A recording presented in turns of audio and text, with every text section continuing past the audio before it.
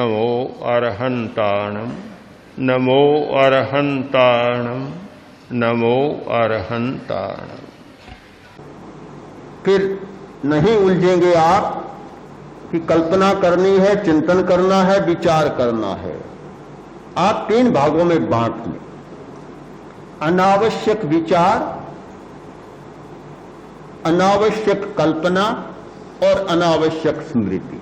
एक दूसरा, बुरा विचार, बुरी कल्पना और बुरी स्मृति।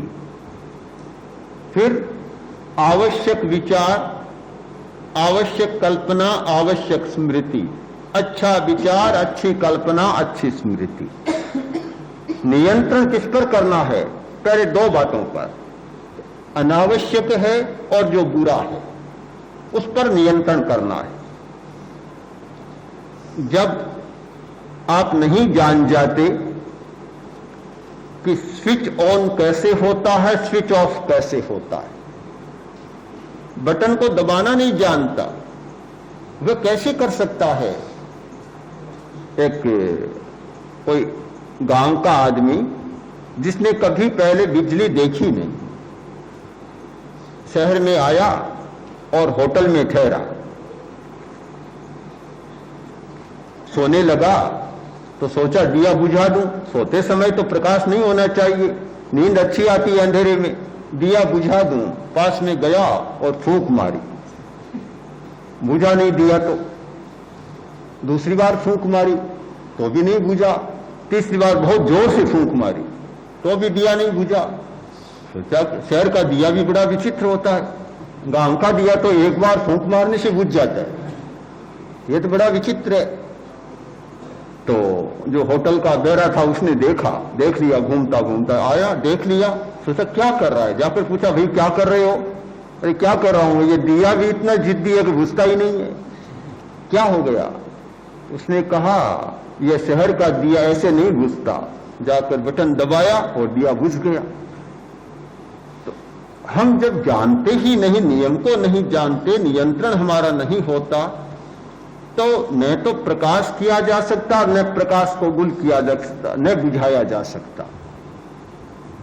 हम ये जान लें कि कैसे नियंत्रण होता है। एकाग्रता के द्वारा हमारी नियंत्रण की शक्ति बढ़ जाती है। जब चाहें तब विचार करें और जब न चाहें और एकदम स्विच ऑफ कर दिया, यानी विचार को बंद कर दिया।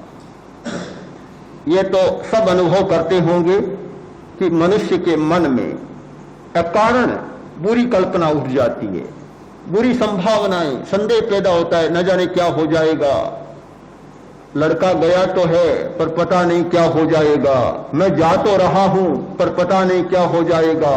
एक भाई मेरे पास आया दिल्ली में, आकर बोला कि महाराज क्या बताऊं, मन की बड़ी विषम स्थिति हो रही है, बहुत दुख पा रहा हूं। किस कारण? कि पता नहीं क्या बात हो गई, सोता हूं तो सोते समय यही कल्पना आती है कि सो तो रहा हूं, रात को कहीं छत गिर न जाए। यमुना के पार जाता हूं, पुल को पार करता हूं, बस पैर रखता हूं, उससे पहले विचार आता है कि जा रहा हूं कहीं पुल गिर नहीं जाए। बड़ा अजीब हो गया, बड़ा दुख पा रहा हूं। मैंने कहा भाई यमुना के पुल पर से ट्रेन आती है, भारी भारी ट्रक आते हैं, बसें चलती है, मोटर कारें चलती है, पुल नहीं गिरता। तुम्हारे में इतना क्या वजन है जो तुम्हारे जाने से पुल गिर जाएगा? पर ये प्रश्न वजन का नहीं है, प्रश्न मन की अवस्था का है। बुरी विचार, बुरी कल्पनाएं अकारण व्यक्ति के मन में जागती रहती है। उन्हें नहीं पता कि जिनमें नहीं जागती, जिनके मन में जागती है और वे कितना संकट भोगते हैं वही लोग जानते हैं।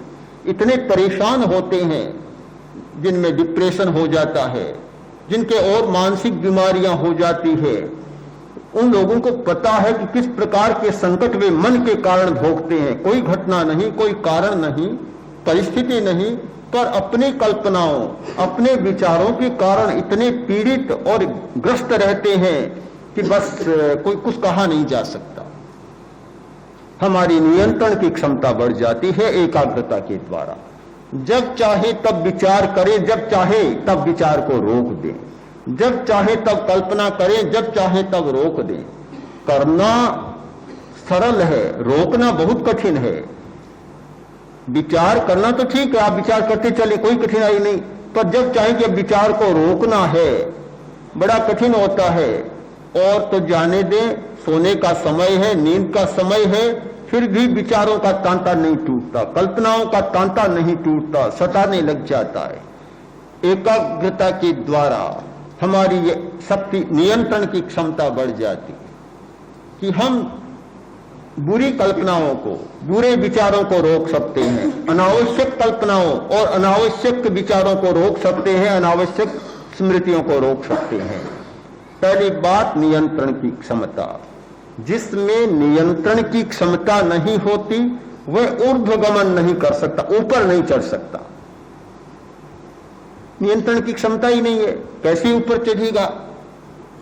एक बहुत मार्मिक कहानी है।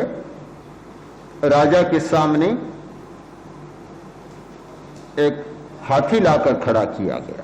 हाथी नहीं होता था, वहां लाकर खड़ा किया गया और कहा कि महाराज आप सवारी करें। राजा घोड़े की सवारी करता था, तो अब हाथी की सवारी नई बात थी। राजा आया और सामने खड़ा हो गया, होकर बोला कि लगाम मेरे हाथ में। महावत ने कहा कि हाथी के लगाम नहीं होते। राजा बोला कि जिसकी लगाम मेरे हाथ में नहीं होती मैं उसकी सवारी भी करना नहीं चाहता। मैं उसी की सवारी करूंगा जिसकी लगाम मेरे हाथ में हो। तो जिसकी लगाम हमारे हाथ में नहीं होती तो उसकी सवारी भी नहीं कर सकते, उसके ऊपर हम चढ़ भी नहीं सकते, और चढ़ते हैं तो बड़ा खतरा पैदा हो जाता है। चढ़ने का, आरोहण का, ऊर्ध्वगमन का एक सूत्र होता है कि जहां भी हम ऊर्ध्वगमन करें उसकी लगाम हमारे हाथ में होनी चाहिए। हम लोग बंबई में चतुर्मास बिता रहे थे, बहुत वर्ष पहले की बात। आचार्य श्री तुलसी ने कहा कि बंबई में समुद्र है तो समुद्र पर काव्य रचनाएं होनी चाहिए, समस्या पूर्ति होनी चाहिए। हम लोगों को संस्कृत में समस्या पूर्ति दी गई और कविता के लिए कहा गया। हम अनेक साधुओं ने 8-8 श्लोक बनाए। एक श्लोक बनाया,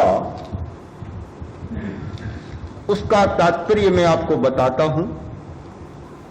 मैंने कल्पना की कि बंबई में वर्षा बहुत होती, चतुर्मास था, बहुत वर्षा होती है, बादल आता है और बरस जाता, आता है बरस जाता है।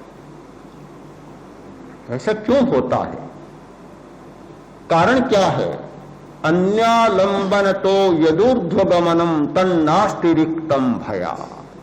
मैंने कल्पना की कि दूसरे के सहारे जो ऊपर चढ़ता है वह कभी खतरे से खाली नहीं।